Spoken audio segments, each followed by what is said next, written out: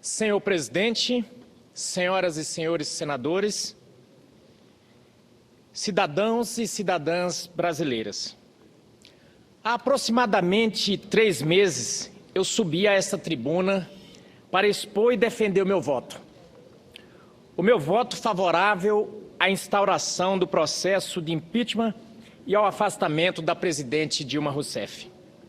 Bem, hoje eu retorno a este púlpito não só com alívio de uma decisão tomada, mas com a firmeza de propósitos e a leveza de espírito daqueles que tiveram o encontro marcado com a razão. Desse modo me sinto, senhoras e senhores, é por ter o apoio dos fatos, o insuperável amparo da evidência de que, a partir daquele dia 12 de maio, o Brasil pôde testemunhar um processo tão devido quanto legal. Um processo, portanto, rigorosamente alinhado ao figurino constitucional. É bom que se frise, totalmente alinhado ao figurino constitucional. Conduzido de forma irretocável pelo senador Raimundo Lira e conforme pôde atestar, em tantas decisões, o eminente presidente e ministro Ricardo Lewandowski. E mais do que isso, a cada reunião da comissão especial de que fui membro titular, a cada testemunha inquirida, a cada documento acostado aos autos, era robustecida a convicção de que a presidente Dilma fez do Brasil um território sem lei, do ponto de vista fiscal e orçamentário. Para dizer o mínimo nesse momento. Pois bem, ao longo dos trabalhos, crescia em todos os que dispunham a abrir os olhos o juízo de que a presidente Dilma decidira governar de costas para a Constituição, para as leis orçamentárias e para a encarecida lei de responsabilidade fiscal. Esse baluarte da estabilização econômica do nosso Brasil. Com que a presidente ignorava também a dignidade, a honra e o decoro do cargo que ocupava. Violação ao decoro e à honra do cargo, assim eu digo, pois o que fazia a presidente ao maquiar sem pudores as contas públicas por meio das pedaladas fiscais e o que fazia a presidente ao abrir créditos de suplementação orçamentária à revelia deste Congresso, isso tudo configurava nada mais, nada menos do que uma espécie de zombaria institucional. Um desrespeito a esse Congresso, um manifesto prático de total desprezo ao regime constitucional e legal das contas públicas. Contudo, senhoras e senhores senadores, e todos os que nos acompanham pelo Brasil afora, quero tranquilizá-los, pois esse desapreço da presidente Dilma aos institutos e às instituições constitucionais foi inteiramente captado pelo competente relatório do senador Anastasia. Atento aos detalhes probatórios, ao formalismo processual necessário, o relator enfrentou todos os pontos controvertidos. E aqui se explica a sanha justiceira contra a sua nomeação como relator.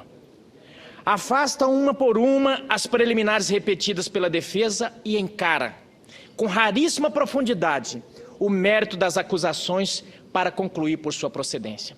Tornou fatos complexos e abordou-os de forma simples a qualquer leigo que analisar o relatório. Nobres colegas, à luz da clareza do relatório do senador Antônio Anastasia, é possível afirmar que, traduzidos para o cotidiano das brasileiras e brasileiros que nos assistem, os créditos desautorizados e as pedaladas fiscais representam o corpo de delito de uma prática criminosa que contribuiu para reavivar o monstro da inflação. Por exemplo, como na década de 80. Com o perdão da expressão coloquial, as imputações são o verdadeiro batom no colarinho de uma irresponsabilidade assintosa, que trouxe de volta o gosto amargo do desemprego e da recessão econômica. Em rigor, senador Valdemir Moca, para muitos dos brasileiros, o sentimento para com o governo Dilma era mesmo de traição. A percepção era de que aquilo que se divulgava em troca de votos terminou por revelar-se numa ingrata mentira. Apostando nessa linha, a cúpula do Partido dos Trabalhadores chegou ao cúmulo de acreditar que, com dinheiro público e linguagem publicitária, poderia reformular a presidente do Brasil em sua biografia e personalidade, jogando de forma inescrupulosa com a boa-fé do povo humilde. Pois o que busca um governo populista, disse Ferreira Goulart na última segunda-feira, aliás ontem, é convencer o povo de que a oposição os odeia. A presidente Dilma e seus atores apostaram numa temerária política de terra arrasada e faz de conta. Enganava o povo para jogá-los contra aqueles que lhes opunham, numa tentativa de exterminá-los do debate público. E justamente dessa crença enviesada, senhoras e senhores, foi que se originaram os mitos da capacidade gerencial e da inabalável aura que circunda a presidente Dilma. A aura que pretende isolá-la dos desmandos e crimes praticados no alto escalão do seu governo e mais focadamente na Petrobras, de onde foi presidente do Conselho de Administração. Em todos esses casos, o que se vê foi uma cegueira deliberada. Compra da refinaria de Passadina, Caixa 2 eleitoral à custa de propina, todos esses e outros tantos são episódios espúrios cujos protagonistas implicam diretamente Dilma Rousseff. Cenário esse que em tudo se opõe à imagem imaculada que se tenta pintar da presidente. Ao tempo inteiro falam aqui, querem caçar uma mulher honesta, numa confusão entre a presidente, a pessoa da presidente da República com a pessoa física de Dilma Rousseff. Aliás, cortina de fumaça é o que tentaram o tempo inteiro nesse processo. Mas o fato é que, na vida, a realidade sempre se impõe, e dela, às vezes, nasce tristeza. No caso da presidente Dilma, o que sonhou eficiência revelou-se mera retórica sem conteúdo. O resumo, numa frase direta como tem de ser, é que Dilma Rousseff afundou o país, derreteu a economia, minou a credibilidade do Brasil e ofendeu a inteligência do povo brasileiro ao prejudicar, por modo ainda mais saliente, aquilo de que dizia entender mais. Quebrou o setor elétrico, fez do PAC um fiasco. A mãe matou seu próprio filho, porque era chamada a mãe do PAC. Um fiasco embalado em peça publicitária e, para coroar a tragédia administrativa, sob sua batuta, a Petrobras foi derretida.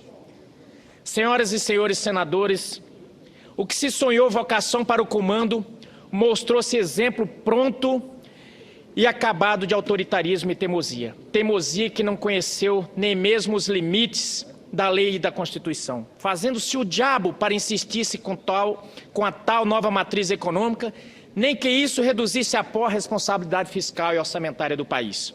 Ocorre que, nobres colegas, para quem achou que seria possível transformar a história em fábula de mau gosto, para quem achou que poderia golpear o destino de um povo e de um país, a hora é de ceder lugar àquilo que realmente conduz a nossa história. As instituições, as leis, a Constituição da República e principalmente o povo brasileiro. Já não é mais tempo da soberania dos slogans, já não cola esse infame grito de golpe. A soberania é do povo e não de um partido. E é por isso que não vingará essa retórica vazia e desconectada da consciência coletiva da nação. A verdade é assim de prevalecer a essa lenda forjada no mais suspeito marketing eleitoral. Para concluir, senhor presidente, hoje percebemos que, se não tivemos lá atrás um embate entre a esperança e o medo, não tardamos a assistir ao mito desafiar a realidade. Mas o certo é que a realidade derrotou o mito, e com isso quem venceu foi o Brasil e o povo brasileiro. Por essas razões e por acreditar que dias melhores virão para cada um dos brasileiros, em especial os desempregados e endividados, é que eu só posso votar sim a pronúncia da presidente Dilma Rousseff, com o sentimento de dever cumprido mais aflorado do que nunca em minha vida. Muito obrigado, senhor presidente.